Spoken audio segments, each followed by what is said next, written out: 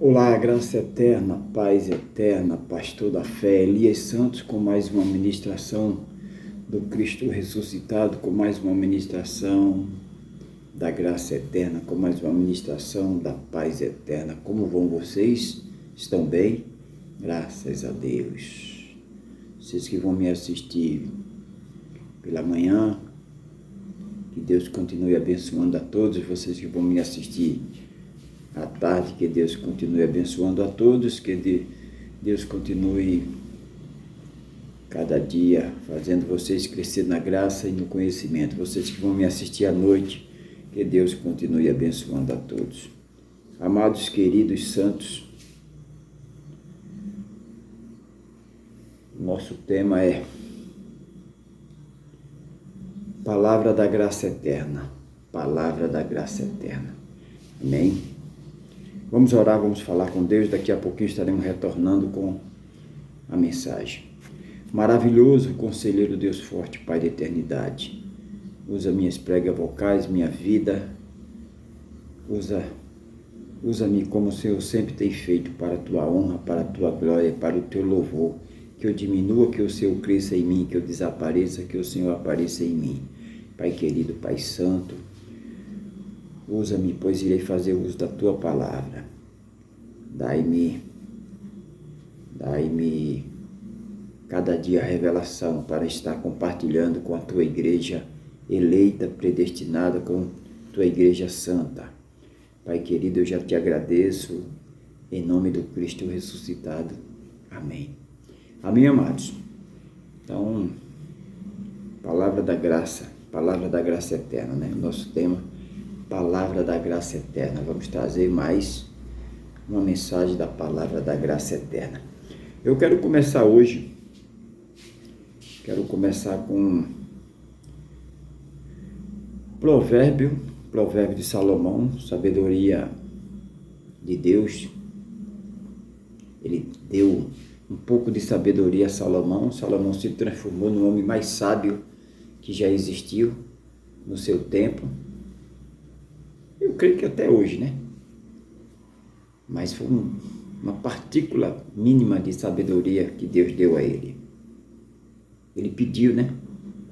E Deus deu muito mais do que ele pediu. Então ele diz aqui, Provérbio capítulo 3:1 diz: Filho meu, não te esqueça da minha lei, e o teu coração guarde os mandamentos, meus mandamentos, porque eles aumentarão os teus dias e te acrescentarão anos de vida e paz. Não te desampare a benignidade e a fidelidade. Ata-as ao teu pescoço, escreve-as na tábua do teu coração, e acharás graça e bom entendimento. Graça e bom entendimento. Graça e bom entendimento. Amém? Achará graça e bom entendimento aos olhos de Deus e dos homens. Confia no Senhor de todo o teu coração e não te estribe nos teus próprios entendimentos. Amém? Confia no Senhor de todo, né? Amém, amados? O sistema religioso, muitos que estão no sistema religioso, eles têm zelo, mas sem entendimento, né? Sem entendimento, faz coisas sem pensar, faz coisas sem, né? E isso aí faz com que eles atraem maldição para eles, porque fazendo aquilo, aquelas práticas, aquelas heresias, aqueles rituais, eles estão negando o que Jesus fez, né? Muitos fazem por não saber, por ignorância, e muitos fazem porque são filhos da perdição mesmo, né? Veio ao mundo só para a mais obra, né? Veio ao mundo só para ser treva mesmo, né, amados? Então, Salomão, ele diz aqui, filho meu, né? O próprio pai de Salomão, Davi, diz, guardei a tua palavra, escondi na minha mente, meu coração mente, na minha mente para não pecar, porque o homem com a cabeça vazia, a mulher com a cabeça vazia, a tendência é cada dia fazer caca, né, feito criança, né? Então nós temos que estar pautado, alicerçado no Evangelho da Graça Eterna. né, amados? 2 Coríntios, capítulo 2 Coríntios, capítulo 9, 2 Coríntios, capítulo 9, 2 Coríntios, capítulo 9, segunda epístola do apóstolo Paulo, a igreja de Coríntios, capítulo 9, capítulo 9,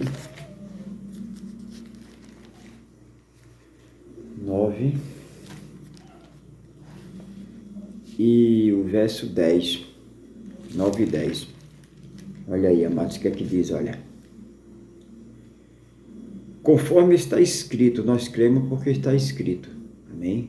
Se não tivesse escrito, a gente não cria, porque nós somos cristãos bíblicos. Amém? Conforme está escrito, espalhou, deu aos pobres as suas justiças, permanece para sempre. A justiça de Deus permanece para sempre. Amém, amados? Que tudo que Deus faz é eterno. Tudo que Deus faz não tem prazo de validade. É para sempre. Para sempre. O que Ele dá, o que Ele fez. A gente voltando para o versículo 8, diz: Deus é poderoso para fazer abundar em vós toda graça, a fim de que, tendo sempre em tudo toda a suficiência, abundeis em toda boa obra. A boa obra, nós fomos eleitos e escolhidos antes da fundação do mundo para andar nas boas obras, com a consciência aberta, sabendo que não é as boas obras que vai nos salvar. Por que não vai nos salvar? Porque nós já somos salvos. Porque não é uma troca, não é um toma lá da cá. Nós fazemos boas obras porque já somos salvos, né? Deus escolhe para isso, né? Jeremias, o profeta chorão, Jeremias não mudava a administração, né, irmão? Sofria, padecia, mas ele não mudava. A mensagem da graça, ela não muda, ela é imutável, né? Vamos para o profeta Jeremias, capítulo 1.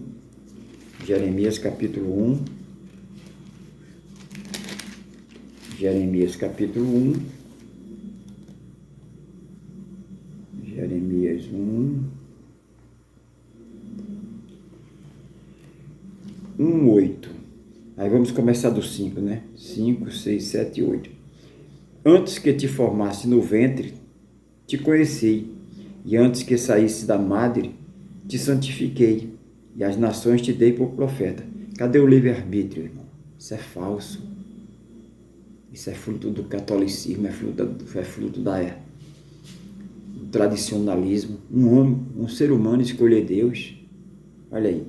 Antes que te formasse no ventre, te conheci, e antes que saísse da madre, te santifiquei, e as nações te dei por profeta. 6. E disse eu, Senhor Jeová, eis que não sei falar, porque sou uma criança. 7. Mas o Senhor me disse, não diga, eu sou uma criança, porque onde quer que te enviar, irás, e tudo quanto te mandar, dirás. Olha aí. A mensagem da graça é revelação, não é conhecimento humano. Nós fomos escolhidos, como o apóstolo Paulo, para trazer esta mensagem. Mensagem que liberta do sofisma, dos contos, dos rituais, dos cerimoniais. 8. Não temas diante dele, porque eu sou contigo, para te livrar, diz o Senhor. Então nós não temos que temer e pregar a palavra da graça, irmão. Né? Pregar a palavra da graça. Muitos irmãos dizem para mim, mas irmão Elias, o senhor poderia ter tanta amizade, ter tanto inscrito no seu canal, mas o senhor fala muito de assuntos que muitos não gostam. E Jesus também fazia isso, né, irmão? Jesus era expulso das cidades, porque Jesus nunca formou religião, né? Sempre foi o libertador, né? Então, a mensagem liberta, a mensagem, porque aqui eu não estou a fim de aparecer, que eu diminua, que Cristo cresça em mim, que eu desapareça, que Cristo apareça em mim. Aqui, nossos cultos, não é culto para tietagem, não é culto, não, irmão, a honra e a glória é para o eterno soberano. Então, é palavra, é ministração, nós somos pautados na oração, que é falar com Deus, louvor, oração e palavra, né? É composto nossos cultos, culto racional de adoração, oração, adoração e a palavra, né? Então, Romanos capítulo, falar do nosso culto, vamos para Romanos capítulo 12, né? Romanos capítulo 12, a forma de nós cultuarmos, Romanos capítulo 12, carta do apóstolo Paulo à igreja de Roma, capítulo 12, vamos ler 1 e 2. Rogo-vos, pois, irmãos, pela compaixão de Deus, que apresenteis vossos corpos em sacrifício vivo, santo e agradável a Deus, que é o vosso culto racional. Nosso culto é racional, nosso culto não é entrar em transe, cair, pular. Eu me lembro, eu fiz parte do sistema religioso, inaugurei congregação em São Paulo, chamava aqueles cantores que estavam na evidência, aqueles pastores que estavam na evidência. Irmão, era mesmo que inchava, o local ficava inchado. Eles não iam lá adorar a Deus. Eles iam lá por causa do pastor, por causa da cantora. Eu sou prova isso, provo. Eles cercavam assim como o urubu na carniça e são idólatras, irmão, idólatra, né? Então eles até ignoram quem organizou o evento, eles querem a atração, eles não vão para adorar a Deus, né? Então nosso culto é racional, nossos cultos hoje não tem isso. Nossos cultos não tem isso. Olha o 2. E não vos conformeis com este mundo, mas transformai-vos pela renovação do vosso entendimento, para que experimenteis qual seja a boa, agradável e perfeita vontade de Deus. Nós só experimentamos a boa, perfeita, agradável vontade de Deus no entendimento, no culto racional. No cerimonialismo religioso é tortura, é prisão.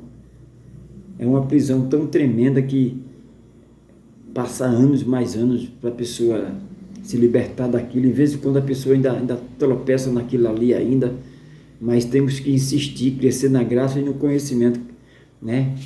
Às vezes a gente fala alguma coisa assim que era do sistema, porque é difícil, irmão. Uma pessoa quem saiu de lá, que ouviu aquilo tudo, era diariamente, porque era o praticante, né? A gente praticava, não era visitante, era praticante mesmo ali, era monte, era vigília, era eventos. Quantas congregações eu inaugurei, irmão? Quantas congregações eu inaugurei, quantas vigílias eu fiz, Então a gente fica... Então é crescer na graça e no conhecimento e cada vez mais pedir a Deus que, né? Agora, não pode olhar para trás, né? Deus não nos deu o espírito de covardia, porque o preço é alto, somos perseguidos, somos desprezados, é como se a gente tivesse uma doença contagiosa, somos esquecidos, mas Jesus também foi, né, irmão?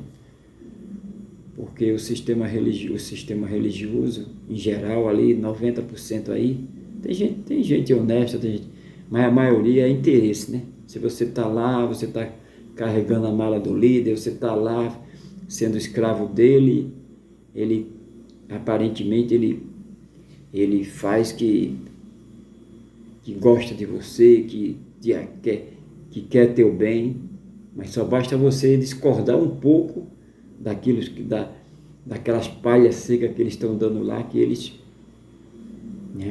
já te te taxa como o pior ser humano da face da terra. Então, abençoados, 1 Coríntios, primeira carta do apóstolo Paulo aos Coríntios, capítulo 2, versículo 9, 2:9, olha o que aqui diz.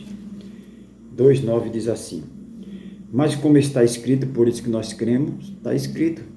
Se não tivesse escrito, a gente não crê. Quem prega o evangelho da graça eterna não é tradicionalismo, não é cerimonialismo. Não dá para dizer que está pregando o evangelho da graça eterna e com cerimônia, com batismo, com glossonaria. Não, isso aí não está em graça coisa nenhuma. Um pouco de fermento leveda toda a massa, né? Mas como está escrito, por isso nós cremos, as coisas que os olhos não viu e o ouvido não ouviu e não subiu ao coração do homem, são as que Deus preparou para os que o amam, para a sua igreja, para seus filhos escolhidos, eleitos desde antes da fundação do mundo e comprado lá na cruz, e são eternas. A escatologia eterna, é a graça eterna, por isso que nós acrescentamos graça eterna, porque tudo que Cristo fez foi eterno. Transitório era a lei, né? Transitório era o ministério de morte, né? Escrito nas pedras, aquela lei mosaica, né? A lei era transitória, era passageira, tinha que sempre estar fazendo. O que Jesus fez foi eterno, foi para sempre. Amém? Então, voltando para Jeremias de novo. Jeremias 29, Jeremias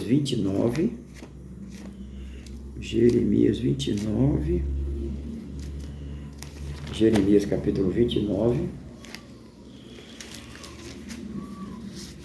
Jeremias capítulo 29, 11, diz assim: porque eu bem sei os pensamentos que penso de vós, diz o Senhor, pensamento de paz e não de mal, para vos dar o fim que esperais. Então me invocareis e ireis e orareis a mim, ao Eterno Soberano, e eu vos ouvirei. 13. Buscar-me-ei e me acharei quando me buscardes de todo o vosso coração. Como o apóstolo Paulo diz, né? Orai sem cessar. Nós buscamos de todo entendimento, nós oramos, como eu falei, o sistema religioso, o sistema tradicional, ele tem um zelo, né? Mas é sem entendimento, né? Entendimento é quando você sabe o que está fazendo.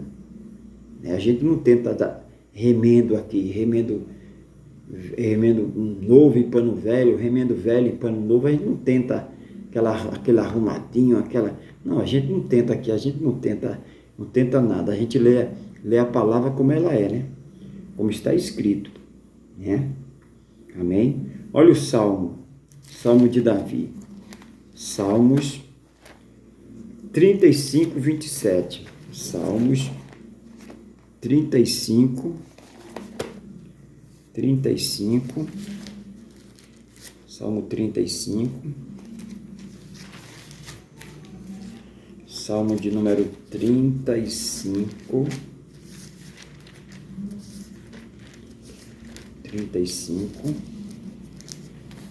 Salmo 35, deixa sua Bíblia aberta, eu sempre me esqueço de mandar os irmãos deixar a Bíblia aberta, mas o costume é sempre deixar a Bíblia aberta. Salmo 35, salmista Davi, 27, 35, 27, olha só. Olha aí, olha. 35, 27. Cantem, alegre-se os que amam a minha justiça e digam continuamente: o Senhor que ama a prosperidade do seu servo, e seja engrandecido. E assim a minha língua falará da tua justiça e do teu louvor e de todo dia. Nós falamos da justiça do Senhor todo dia, porque a justiça do Senhor é eterna, dura para sempre. Nós falamos, ministramos porque tudo que recebemos é eterno, salvo uma vez, salvo para sempre. No sistema, ninguém tem paz. A qualquer momento pode perder, o nome pode ser riscado do livro da vida, não tem paz, não tem certeza da salvação e está sempre fazendo algo para querer aparecer, chamar a atenção de Deus. Não tem paz no sistema religioso, porque cada dia ele se distancia mais de Deus. Religioso, quando lê a Bíblia com entendimento, ele sai da religião. Agora, só que nem todos vão ler, porque nem todos são filhos, né? Tem a má semente, né? Tem a boa semente e a má semente. Isso aí veio antes de tudo. Deus já determinou dessa forma, né? Quem sou eu para dizer, né? O apóstolo Paulo disse, né? Pode a massa, o pintor mandar na pintura, Deus está errado? Lógico que não. Ele faz como lhe apraz. Ele é Deus. Amém? Amém, amados? Olha aí. 1 Coríntios, voltando para a carta do apóstolo Paulo, 1 Coríntios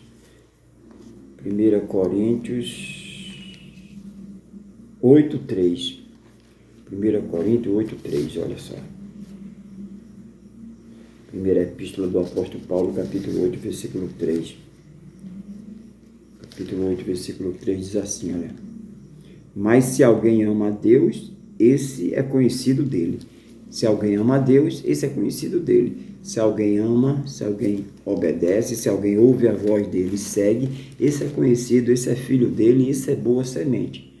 Mas aquele que bota em artifício no lugar de Deus, não, irmão.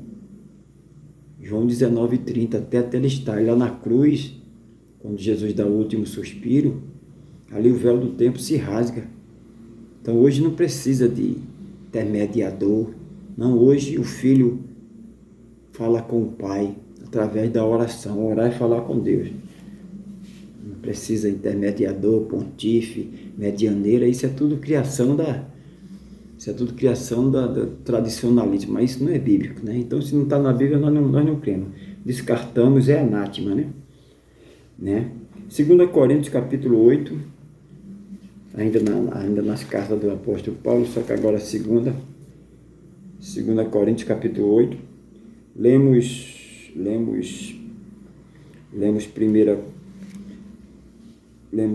Coríntios 8:3, não foi? 8:3, 1 Coríntios 8:3. 8:3.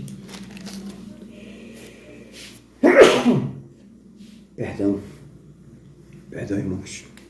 8:3, olha. Mas se alguém ama a Deus, esse é conhecido dele. E se alguém ama ele, se alguém reverencia ele, se alguém só ama quem é filho, né? E os filhos, jamais ninguém arrebata das mãos dele.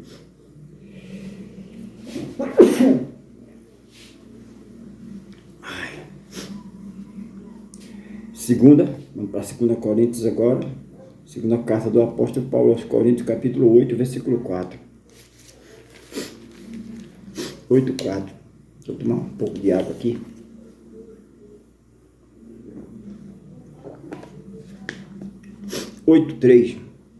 É 8:4.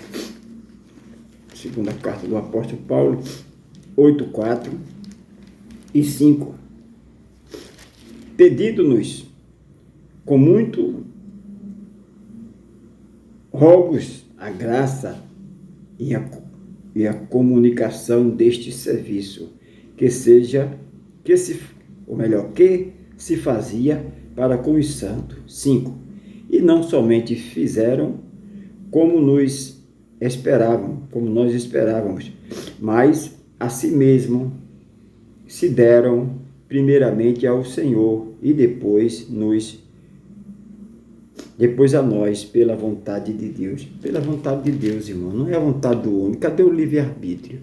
Primeiro que experimentou a vontade de Deus foi Abraão. Abraão, sai da tua terra, sai da tua parentela para uma terra que eu te mostrarei. Abraão não fez biquinho, Abraão primeiro predestinado, primeiro escolhido ali para propósito de Deus, né, irmão? Então é Deus que escolhe, não é o homem. Mas no sistema religioso, não.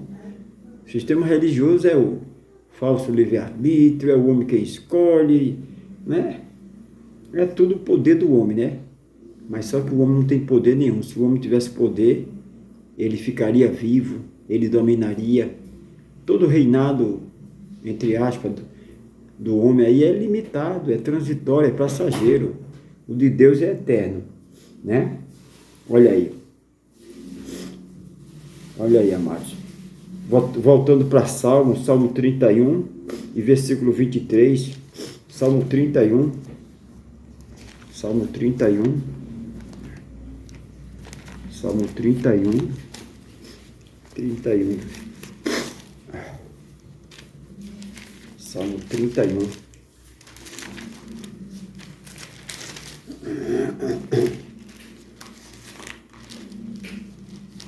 Tivemos o culto racional hoje e agora estou compartilhando com os irmãos, não deu para gravar o culto racional da quarta-feira. Estou compartilhando hoje, estou dando uma pincelada aqui, né? Não estou com a garganta meio debilitada, mas estou dando uma pincelada aqui para os irmãos que me acompanham aí no canal. Salmos 31, 23. 31, 23 diz assim, olha, irmãos, olha. Amai ao Senhor, vós todos os que sois seus santos, seus filhos, né? Porque o Senhor guarda os fiéis e retribui com abundância aos soberbos. Olha, o Senhor guarda os fiéis, guarda seus filhos e retribui aos soberbos, né? Ele é Deus, né? Os soberbos é aqueles que não são filhos, são semente do mal, que resistem. Por que eles resistem à palavra? Porque eles foram formados, gerados com esse propósito mesmo. Ele nunca vai dizer que Deus é o pai dele, porque só se diz Senhor pelo Espírito, né? Então ele jamais vai dizer isso. Ele nem ouve a voz. Só ouve aquele que é filho, ouve a voz e segue, né? Só ouviram aqueles que estavam determinados para a salvação eterna, né?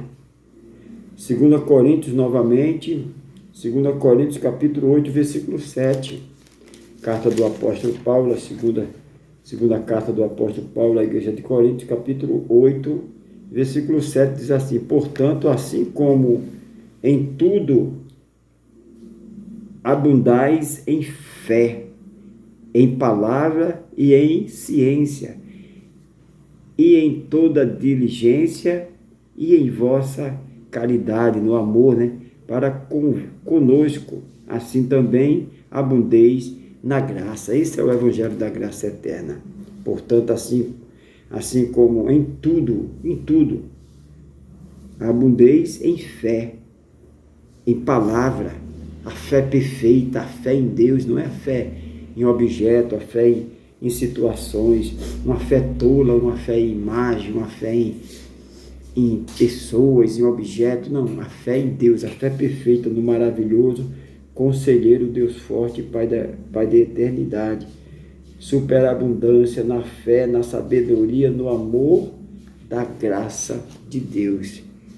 Essa é a palavra eterna, é a palavra predestinada, é a graça, é a escatologia da graça, escatologia da graça consumada, a graça de Deus que nos alcançou, a escolha antes da fundação do mundo, elegeu, escolheu a sua igreja, e lá na cruz ele cumpre, ele paga com seu precioso sangue. Amém, amados? Vamos orar, vamos agradecer ao nosso Deus, ao nosso amado Deus. Maravilhoso, conselheiro, Deus forte, Pai de eternidade. Te agradecemos por esta palavra, esta boa palavra, esta palavra eterna, palavra da graça eterna. Te agradecemos, essa palavra nos sustenta, essa palavra nos fortalece, essa palavra nos traz vida, nos traz paz, essa palavra nos traz descanso, porque essa é a verdadeira palavra, é o verdadeiro evangelho, é o fundamento da graça eterna, é o fundamento eterno que o que o Senhor fez lá na cruz pela tua igreja, pelos teus filhos eleitos, foi para sempre. Hoje não há condenação, hoje estamos perfeitos porque estamos em Ti, estamos justificados. A obra está completa até Telestai. Obrigado, meu amado Deus, soberano Deus, maravilhoso, conselheiro Deus forte, Pai da eternidade. Amém? Amados, nunca se esqueça, o Cristo ressuscitado te ama e eu também. Graça eterna, paz eterna.